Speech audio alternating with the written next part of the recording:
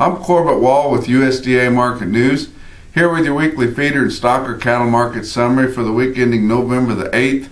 We had extremely tight supplies of true yearling feeder cattle, selling mostly steady, but there was noted weakness mid to late week, and really the first weakness that we've seen on true yearling cattle since the mid part of May, whenever they took off and started the rally that they've been on here all summer and into the fall.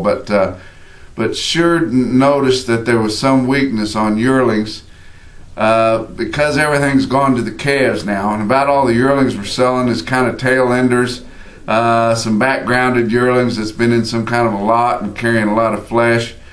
But if you do still have some grass yearlings, which there's not very many of them out there, you can still about name your price at Farmers and Ranchers Livestock Commission in Salina, Kansas. They had 2 loads of true yearling, all black-hided steers, off grass, all the shots, everything. 2 loads of steers weighed 907 at 162.29 on the average for the 2 loads. But all the attention's turned to calves now. We're in the middle of November. Price is very uneven. Best demand for sure is for wheat stockers.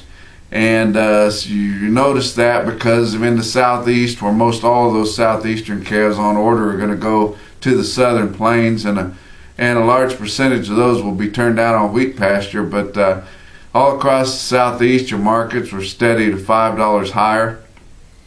And Oklahoma, in and around Oklahoma and the surrounding areas right in there, those native calves were selling $1 to $3 higher. And the best demand for sure was there. You get into other places, the Midwest and the northern plains, your calf market's just real uneven and just kind of depended on if the buyers liked them or not.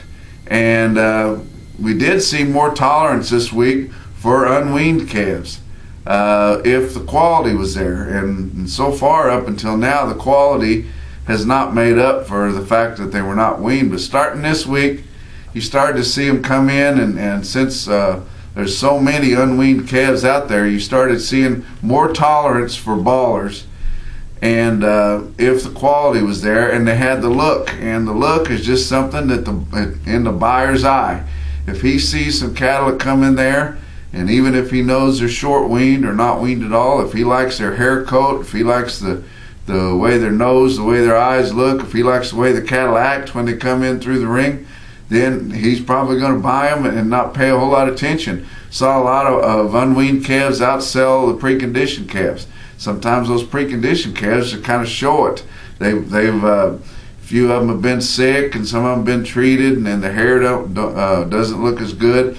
And you just notice, because this time of year, if you've been putting cattle together, putting calves together, you've had some sick cattle. If you've been trying to wean your own cattle, you've probably had some sick ones. So, you really don't know what to do there.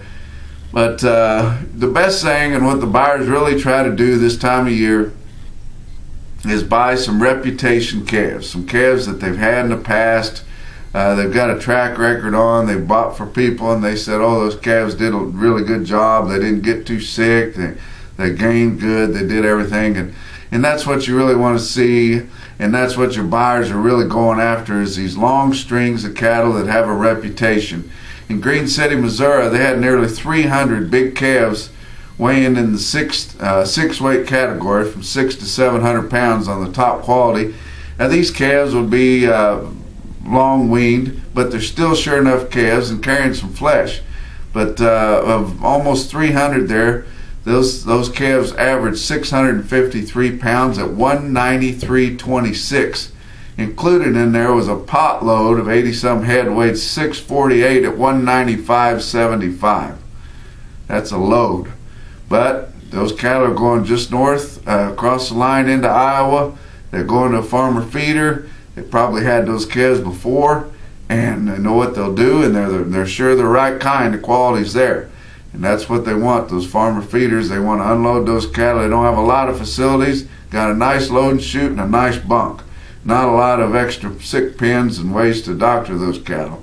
But anyway, the big price on those steers. But in a lot of sales, the girls were getting top billing. especially when we got up in the northern plains, places like Phillips, South Dakota, where they had a whale of a sale this week. They sold a set of heifers, red Angus heifers, which are really hot right now. These red Angus replacement heifers are really hot. Rapid Creek Ranch, Belvedere, South Dakota, sold 101 fancy red Angus replacement heifers weighing 524 for $2.63 a pound, or $263 a hundredweight, or $1,378 a head. And so they've got a lot in those calves, heifer calves. They're fancy, and they'll do all they want them to do, but they're going to have to grow them a long time, keep them a long time before they can even start thinking about breeding them. Fat cattle this week steadied $1 lower from 131 to 132. Regional weighted averages in the north central states this week: an 8-weight steer cost you $164.36 compared to $165.76 last week and $142.41 a year ago. Down in the south central states, a 600 to 700 pound steer cost you $169.47 compared to $170.81 last week and $148.40 a year ago.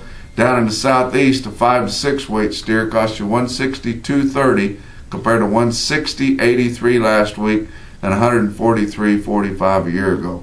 That wraps up your feeder summary for this week. Check out our website for more market information, marketnews.usda.gov.